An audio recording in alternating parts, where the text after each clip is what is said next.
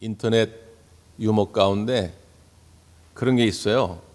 예배 시간에 당황스러운 상황, 슬픔의 상황, 쇼킹한 상황 해가지고 몇 가지를 쭉 이렇게 예를 들었어요. 예를 들면 이런 거죠. 당황, 설교 시간에 갑자기 졸음이 밀려올 때. 슬픔, 나만 조는 게 아니라 옆 사람도 졸고 있을 때. 쇼킹, 나는 조용히 졸지만 옆 사람은 코골며 졸 때. 쇼킹하죠. 우리 대광교회는 코골면서 조시는 분은 없어가지고 다행이네. 이런 겁니다. 또 당황. 예배 시간에 대표 기도가 아닌 줄 알고 왔는데 주보에 떡하니 내 이름 적혀 있을 때. 슬픔. 남들은 은혜롭게 찬송 부르는 시간에 열심히 기도문 적고 있을 때. 쇼킹. 정작 나왔는데 기도문 놓고 나왔을 때. 쇼킹합니다. 어찌할 도리가 없죠. 여러분 어떻게 예배 시간이 당황스러우십니까? 아니면 슬프십니까? 아니면 쇼킹하십니까? 아니면 평안하십니까? 예배 시간이 평안한 시간 되기를 바랍니다. 김선교님의 믿음은 분투다라고 하는 제목의 책이 있는데 거기에 이런 글귀가 있어요. 그러니까 사랑하는 연인인데 여자가 남자에게 하는 말입니다.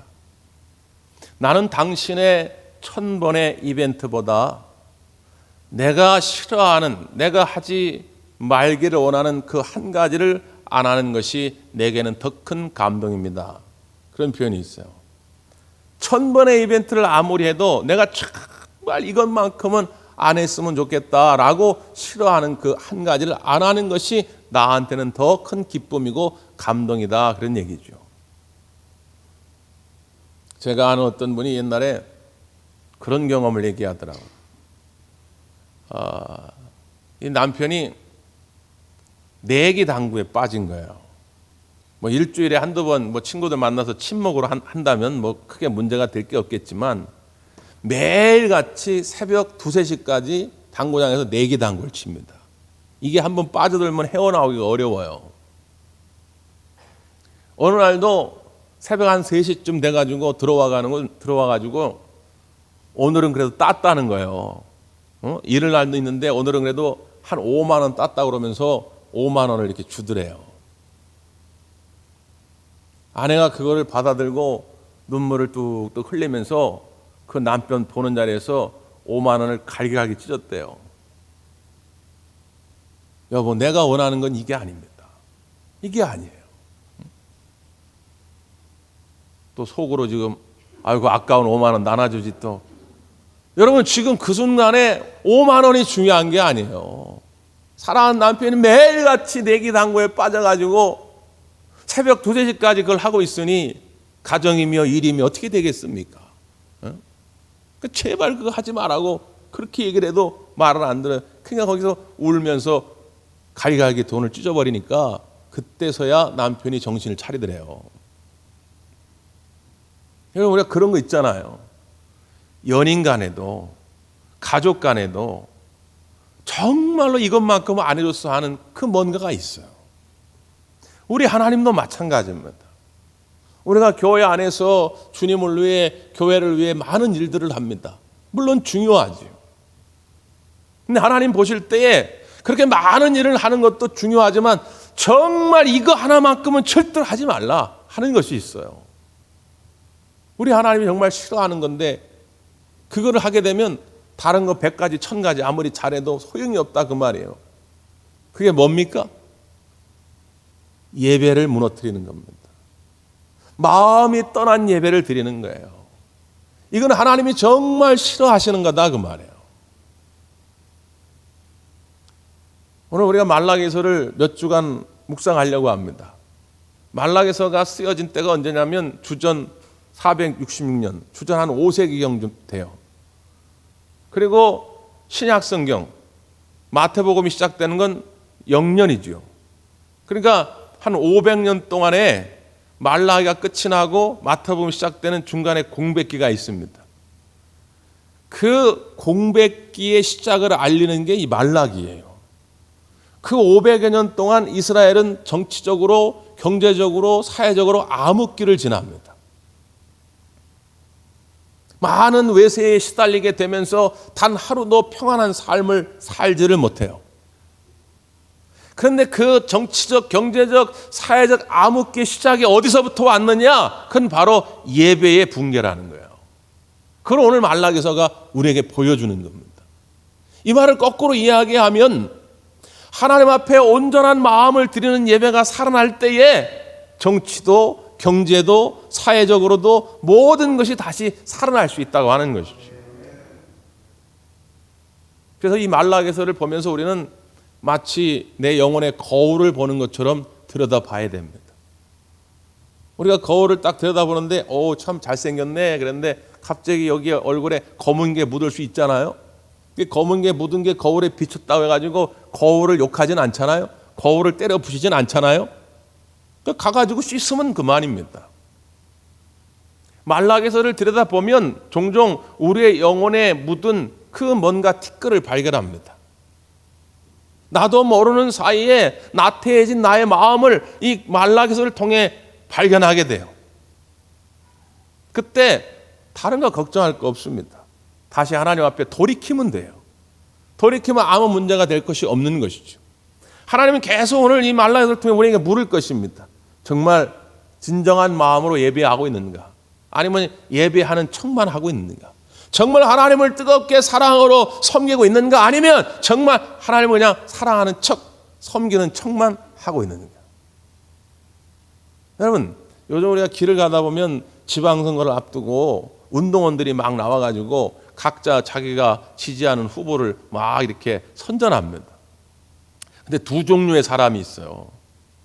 어떤 분은요, 그 후보 이렇게 피켓 이렇게 목에 걸고 하얀 장갑 끼고 막 신나가지고 막 이렇게 하면 이런 사람들은 진짜 그 후보를 지지하는 사람이에요. 진짜 그 후보가 좋아서 나와가지고 막 음악에 맞춰가지고 막 이렇게 하는 사람. 어떤 사람은 딱 나왔는데 멀쩡 딴 데 보면서 이런 사람이 있어요. 이런 사람은 그 후보가 좋아서 나온 게 아니에요. 그냥 일당 받으려고 나온 거예요. 딱 보면 알잖아요. 진짜 그 후보를 지지하고 존경해서 하는 건지 아니면 그냥 돈 벌려고 나온 건지 딱 보면 알아요. 여러분 정말 하나님을 사랑하는 마음으로 이 자리에 와 계십니까? 아니면 하는 척만 하고 계신 겁니까? 우리가 이 말라기서의 물음 앞에서 다시 한번 진실되게 나를 돌아보는 시간이 되기를 간절히 바랍니다. 자, 하나님께서 오늘 이스라엘 백성들을 향해서 이렇게 말씀하고 계십니다. 6절 한번 보실까요? 6절 시작. 내 이름을 멸시하는 제사장들아, 나 만군의 여호와가 너희에게 이르기를 아들은 그 아버지를 종은 그 주인을 공경하나니 내가 아버지일진데 나를 공경함이 어디 있느냐? 내가 주인일진데 나를 두려움이 어디 있느냐 하나 너희는 이르기를 우리가 어떻게 주의 이름을 멸시하였나이까 하는도다. 내 이름을 멸시하는 제사장들아, 제사장들을 대표적으로 불렀어요. 왜냐하면 백성들이 정신 못 차리면 제사장이라도 정신을 똑바로 차리고 하나님 앞에 드려질 만한 예배를 드려야 할 텐데 제사장들도 지금 정신을 잃은 거예요. 그러니까 대표로 제사장을 부른 겁니다. 야, 아들은 아버지를 공경하고 종은 주인을 공경하는 것인데 내가 너희들의 아버지이며 내가 너희들의 삶의 주인인데 너희들은 왜 나를 공경하지 아니하고 나를 멸시하느냐? 그러면 아이고 하나님 죄송합니다. 저희가 그동안 바빠서 그랬네요. 정신 못 차려서 그랬네요. 하나님 이제라도 주님 앞에 다시 우리의 마음을 드립니다 하면 얼마나 좋겠어요. 그런데 하나님 앞에 오히려 따집니다. 하나님 언제 우리가 하나님을 멸시했습니까? 나는 할 만큼 다 했어요. 이런 얘기예요. 하는 척은 했다는 거죠. 제사를 아예 안 드린 건 아니니까, 예배를 아예 안 하는 것은 아니니까 하는 척은 했잖아요 라고 하는 것입니다. 코로나 시대에 어떤 목사님이 교인들을 만날 방법은 없으니까 아침마다 문자 메시지로 그날 묵상할 말씀을 이렇게 보내줬대요. 그러면 이제 그 말씀을 받고 어떤 교인은 짧게 아멘 이렇게 답장을 보내오는 사람도 있고 또 어떤 교회는 좀 길게 아이고 목사님 말씀에 큰 은혜가 됩니다. 은혜 받은 대로 열심히 삶 속에서 실천하며 살겠습니다. 좀 길게 보내는 사람도 있고. 그런데 어느 날 어떤 답장이 왔냐면 목사님 보내주신 말씀 묵살하면서 삶 속에 실천하겠습니다 이런 거예요. 말씀을 묵살하면서 아니 이게 무슨 말이에요? 가만히 보니까 묵상이라고 써야 되는데 오타가 난 거예요. 묵살이라고 쓴 것입니다. 그때 목사님이 큰 깨달음을 얻었다는 거예요. 아, 우리의 삶은 둘 중에 하나구나. 하나님의 말씀을 묵상하든지 아니면 묵살하든지. 여러분은 하나님의 말씀을 묵상하고 계십니까? 아니면 묵살하고 계십니까? 하나님이 어떤 말씀을 하시든지 말든지 간에 들을 생각이 없어요. 주님 알겠나이다. 주님의 뜻이 주님의 마음이 그런 줄 알았으니 이제부터 내가 주님 말씀 순종하며 살겠나이다 하면 좋을 텐데 들은 척만 하죠. 하나님 왜 나한테 그딴 이야기를 하십니까? 내가 언제 그랬습니까? 반항하는 마음뿐인 것이죠. 그러니까 하나님께서 조목조목 이스라엘 백성들에게 그 이유를 설명합니다. 자, 7절 8절 말씀 보세요. 7절 8절 시작. 너희가 더러운 떡을 나의 제단에 드리고도 말하기를 우리가 어떻게 주를 더럽게 하였나이까 하는도다. 이는 너희가 여호와의 식탁은 경멸히 여길 것이라 말하기 때문이라. 만군의 여호와가 이르노라. 너희가 눈먼 희생제물을 바치는 것이 어찌 악하지 아니하며 저는 것 병든 것을 드리는 것이 어찌 악하지 아니하냐. 이제 그것을 너희 총독에게 드려보라. 그가 너를 기뻐하겠으며 너를 받아주겠느냐. 더러운 떡을 나의 제단에 드리지 않았냐 그 말이에요. 레위기에서 하나님은 이스라엘 백성들이 드려야 할 제물로 흠없는 수컷을 드리라고 말합니다. 그런데 그들은 병든 것, 저는 것, 흠 있는 것으로 하나님의 제물을 드렸다는 거예요. 너희가 그것을 총독에게 갖다 줘봐라. 총독이 그걸 받겠나? 예를 들어 가지고 총독한테 잘 보이려고 뇌물성 선물을 갖다 주는데 병든 거, 먹지도 못하는 거 갖다 줘 보십시오. 총독이 그걸 받겠습니까? 이 고약한 놈 봐라. 난 놀려? 야, 이런 이 먹지도 못하는 거 이거 썩어가지고 냄새나는 이걸 갖고 왔어?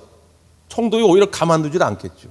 야, 총독도 이걸 받질 않을 텐데 나에게 이런 걸 가져오냐? 이런 이야기입니다. 물론 어떤 가난한 사람이 소 한 마리밖에 없어요. 그게 전부예요. 그런데 기르다 보니까 병이 들었어요. 어쩔 수가 없어. 하나님, 나는 이거밖에 없는데 하나님께 드리려고 했는데 이 병이 들었나이다.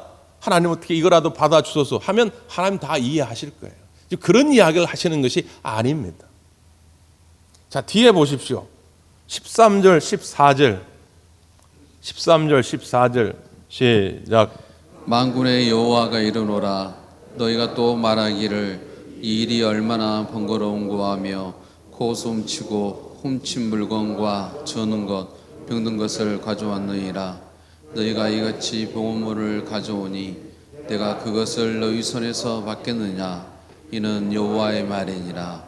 징승대 가운데에 수컷이 있거늘 그 소원하는 일에 흠 있는 것으로 속여 내게 드리는 자는 저주를 받으리니 나는 큰 임금이요 내 이름은 이방 민족 중에서 두려워하는 것이 됨이니라. 만군의 여호와의 말이니라. 그들은 말하기를 야, 이게 얼마나 번거롭냐. 야, 꼭 이런 거 이렇게 선별해가지고 정말 흠 없는 것으로 좋은 것으로 제물로 드려야 돼? 에이, 그냥 대충 병든 거 저는 거 갖다 줘도 되잖아.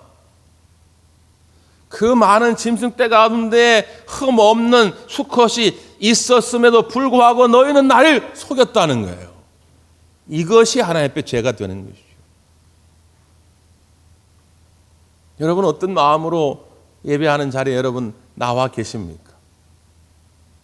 우리 하나님이 정말 받고 싶은 것이 있어요. 그건 소도 아니고요, 양도 아닙니다. 돈도 아닙니다. 우리 하나님이 정말 보시기를 원하시는 것은 우리의 마음입니다. 예수님 시대에도 마찬가지예요. 예수님 시대에도 지금 여기 나오는 본문의 이스라엘 백성들처럼 그저 하는 척만 했던 사람, 대표적인 사람들이 바리새인들이죠. 마태복음 16장에 보면 예수님이 바리새인들을 향해 이렇게 이야기합니다. 마태복음 15장 7절 이하에 외식하는 자들아 이사야가 너에게 관하여 잘 예언하였도다. 일러스되 이 백성이 입술로는 나를 공경하되 마음은 내게서 멀도다. 사람의 계명으로 교훈을 삼아 가르치니 나를 헛되이 경배하는도다 하였느니라. 이사야서를 인용하시면서 말씀합니다. 이들이 겉으로는 나의 계명을 지킨 것 같으나 마음이 멀어졌다는 거예요. 주님은 그게 가슴 아픈 거죠. 사랑하는 성도 여러분, 오늘 예배의 시간이 우리 하나님께 우리의 마음을 온전히 드리는 시간이 되기를 바랍니다. 예배당에 나오기 전에도 또 예배를 드리는 중에도 예배를 마치고 돌아간 후에도 우리 하나님 앞에 집중하는 삶을 살아갈 수 있어야 됩니다. 그러나 우리가 절망만 하고 있을 필요는 없습니다. 오늘 본문의 하나님 말씀 가운데 우리에게 매우 희망적인 말씀이 있습니다. 미래에 어떻게 될 것인지 하나님이 우리에게 예고해 주시는데요. 그게 11절입니다. 11절 말씀 시작. 만군의 여호와가 이르노라 해 뜨는 곳에서부터 해 지는 곳까지 이방 민족 중에서 내 이름이 크게 될 것이라. 각처에서 내 이름을 위하여 분향하며 깨끗한 제물을 드리리니 이는 내 이름이 이방 민족 중에서 크게 될 것임이니라. 아멘. 앞으로 이런 일이 벌어질 것이다. 해 뜨는 데부터 해 지는 데까지 만군을 찬양하는 그 소리가 이방 민족들에게서 나타날 거라는 거예요. 그러니까 이스라엘 백성들이 택한 백성인데 너희들이 이렇게 예배를 경멸하고 나를 경멸하였다면 하나님이 여기서 끝나는 것이 아니라 다른 이방 민족들을 통해서라도 하나님은 영광을 받으실 거라는 거죠. 이건 바로 예수님 시대의 신약의 시대를 예고하는 것입니다. 이제는 우리가 하나님 앞에 소나 양을 잡아 드릴 필요는 없습니다. 예수님께서 단 한 번의 희생제물이 되어 주셨기 때문에. 그럼 우리가 하나님 앞에 나올 때 우리는 어떤 마음으로 나오냐? 예수님의 이름으로, 예수님의 능력으로 나오는 것입니다. 그 믿음을 가지고 온전히 이 자리에 나왔을 때 하나님은 우리의 예배를 받아주시겠다, 그 말씀이에요. 그래서 요한복음 4장 23절 24절 말씀 가운데 보면 예수님이 앞으로 예배란 어떻게 될 것인가 라고 하는 것을 말씀해 줍니다. 아버지께 참되게 예배하는 자들은 영과 진리로 예배할 때가 오나니 곧 이때라. 아버지께서는 자기에게 이렇게 예배하는 자들을 찾으시느니라. 하나님은 영이시니 예배하는 자가 영과 진리로 예배할지니라 말씀합니다. 하나님께 예배하는 자는 어떻게 예배해야 한다고요? 영과 진리로. 요한복음 4장은 사마리아의 수가성에서 한 여인과의 대화로부터 시작이 되죠. 이 여인이 한낮에 물을 길러왔어요. 예수님이 물을 좀 달라고 하니까 당신은 유대인 남자인데 왜 나에게 물을 줍니까? 이렇게 얘기하죠. 이 여인은 사람들 만나는 게 부끄러워가지고 몰래 한낮에 물 길러 온 사람 아닙니까? 그러니까 예수님께서 네 남편을 데려오라 그러니까 내 남편은 없나이다. 이 여자가 대답하죠. 그래, 네 말이 옳다. 너는 이전에 5명의 남편이 있었으나 그것도 진짜 남편이 아니고 지금 살고 있는 남자도 진짜 남편이 아니니까 네 대답도 옳다. 이렇게 얘기합니다. 그러니까 처음 만났는데 자신의 삶을 꿰뚫어보고 있는 예수님을 만나게 될 때 아이고 예수님은 선지자이십니다 라고 고백합니다. 그러면서 이제는 좀 더 심오한 영적인 질문을 던집니다. 예수님, 이전에 우리의 조상들은 여기 있는 산, 그리심산이거든요. 사마리아 지역에 있는 이 그리심산에서 예배하라고 하고 당신들 유대인 사람들은 저 예루살렘에서 예배하라고 하는데 도대체 어디서 예배하는 것이 맞습니까? 이렇게 물은 거예요. 그때 예수님이 하신 대답이 하나님은 영이시니 예배하는 자는 영과 진리로 예배할지라 이렇게 대답하신 것입니다. 무슨 말씀입니까? 하나님은 영적인 존재라는 거예요. 그리심산에만 머물거나 예루살렘에만 머무는 그런 공간의 제약을 받는 하나님이 아니라 그 말씀이에요. 그러니까 하나님은 그리심산에도 계시고 예루살렘에도 계시다 그 말이에요. 근데 중요한 건 뭐냐? 너희들이 그 영적인 하나님을 만나려면 너희도 그 영으로 하나님께 예배해야 한다는 거예요. 이건 예수님 시대에 지금 본문의 상황처럼 그저 종교적인 의식만 남아있는 그 예배의 모습을 예수님이 질타하신 것입니다. 아무리 화려한 성전을 가지고 있고 화려한 예식을 가지고 있다 할지라도 그 속에서 영이 없으면, 마음이 없으면 하나님은 그 예배를 받으시지 않는다는 거예요. 어떤 분이 그런 말씀을 해요. 목사님, 코로나 온라인 예배를 드리고 나니까 정말 이렇게 예배당에 모여가지고 함께 예배하는 것이 얼마나 소중한지를 깨달았다는 거예요. 그 왜 그러신가 그랬더니 옛날에 자기도 어디서든지 예배 드리면 하나님 앞에 온전한 예배를 드릴 거라고 자신했는데, 그래도 예배당에 나올 때는 거울을 그래도 몇 번을 보잖아요. 네? 저처럼 이렇게 젤 좀 발라가지고 이렇게 깔끔하게 가르마도 좀 타고 말이죠. 네? 넥타이도 한 번 더 좀 만지고 말이죠. 우리 여성분들 그냥 꽃단장도 잠깐만 하고 말이지. 네? 옷 가운데도 그래도 가장 좀 단정한 옷, 정결한 옷 다 이렇게 입고 나와가지고 이렇게 앉아가지고 예배하잖아요. 온라인 예배를 드리는데 처음 한두 번은 그렇게 하다가 나중에 귀찮으니까 그냥 대충 파자마 입고 머리는 떡져가지고 목사님 설교하는데 눈곱 띄고 앉아있고 안 되더라는 거예요, 이게. 응? 여러분, 지금 여러분의 마음은 어떻습니까? 우리가 나의 생명을 지키고 우리 형제와 이웃의 생명을 지키기 위해서 온라인 예배를 어쩔 수 없이 드릴 수밖에 없는 상황이었지요. 그러나 이제 거리두기가 완화되고 우리가 함께 이 주의를 지키고 이 예배를 성수하기 위해서 몸부림치고 있습니다. 왜? 이 예배의 기본이 다시 세워지지 아니하면 우리의 모든 삶의 문제들이 무너져 내릴 수밖에 없기 때문에 그렇습니다. 여러분, 간곡히 부탁드립니다. 다시 이 주일의 예배가 주님 앞에서 온전히 세워지기를 간절히 바랍니다. 그러면 문제가 해결돼요. 제가 대표적인 한 사람 소개해 드릴까요? 열왕기상 3장에 보면 솔로몬이 나옵니다. 그가 왕이 된 다음에 다른 걸 먼저 하지 않았어요. 제일 먼저 한 것이 하나님께 나아가서 일천번제를 드린 것입니다. 학자들은 두 가지로 얘기합니다. 일천이라고 하는 단어가 마리의 개념으로 이해하기도 하고 날로 개념으로 이해하기도 합니다. 그러니까 하루에 1,000마리의 제물을 드렸다는 거예요. 또 다른 해석은 1,000일 동안, 몇 마리인지는 알 수 없는데 1,000일 동안 빠지지 않고 하나님 앞에 제단을 쌓았다는 거예요. 그런데 중요한 것은 둘 다 어렵습니다. 하루에 1,000마리의 번제물을 드린다는 것도 어려운 일이고 1,000일 동안 한 번도 빠지지 않고 제단을 쌓는다는 것도 쉬운 일이 아니죠. 그러나 그 내용은 성경에 정확히 나오질 않지만 중요한 건 뭐냐? 그 1,000번제를 하나님이 기쁘게 받으셨다는 거예요. 저는 주목하는 것이 뭐냐면 그 1,000번제를 통하여 솔로몬은 하나님 앞에 자신의 마음을 온전히 드렸다는 것입니다. 하나님이 기뻐하실 만큼.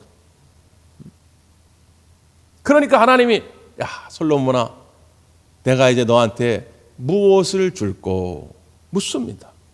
여러분 잘 보세요. 솔로몬이 다른 것 한 건 아닙니다. 하나님의 마음을 드릴 만한 온전한 예배를 드릴 때에 하나님의 응답이 뭐예요? 내가 이제 너에게 무엇을 주었으면 좋겠냐. 말만 하라는 거예요. 하나님 다 주시겠다는 겁니다. 그때 솔로몬이 대답하죠. 하나님, 제가 이제 백성들을 다스려 갈 때 송사할 일이 많을 텐데 듣는 마음을 주옵소서. 옛날 우리 개역 한글판에는 지혜의 마음을 주옵소서. 아이고, 하나님이 또 놀라는 거예요. 야, 네가 지혜의 마음을 구하는구나.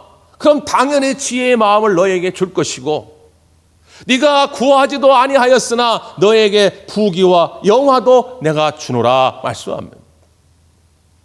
여러분, 이 순서를 잘 보시라 그 말씀이에요. 솔로몬이 처음부터 부귀 영화의 삶을 구한 것은 아닙니다. 그는 예배에 집중했습니다. 하나님께 내 마음을 드리기를 집중했습니다. 그리고 하나님이 나에게 기회를 주었을 때 그 백성들을 지혜로운 마음으로 잘 다스려 가기를 구하였습니다. 그때 하나님께서 지혜는 기본으로 주시고 덤으로 부귀영화의 복을 주셨다는 거예요. 그래서 예배의 성공자가 돼야 인생의 성공자가 될 줄 믿습니다. 한번 따라서 하실까요? 예배의 성공자가 되어야 인생의 성공자가 된다. 우리 다시 한번 이 예배가 우리 하나님 앞에 우리의 마음을 온전히 드리는 시간이 되어지기를 간절히 바랍니다. 기도하겠습니다.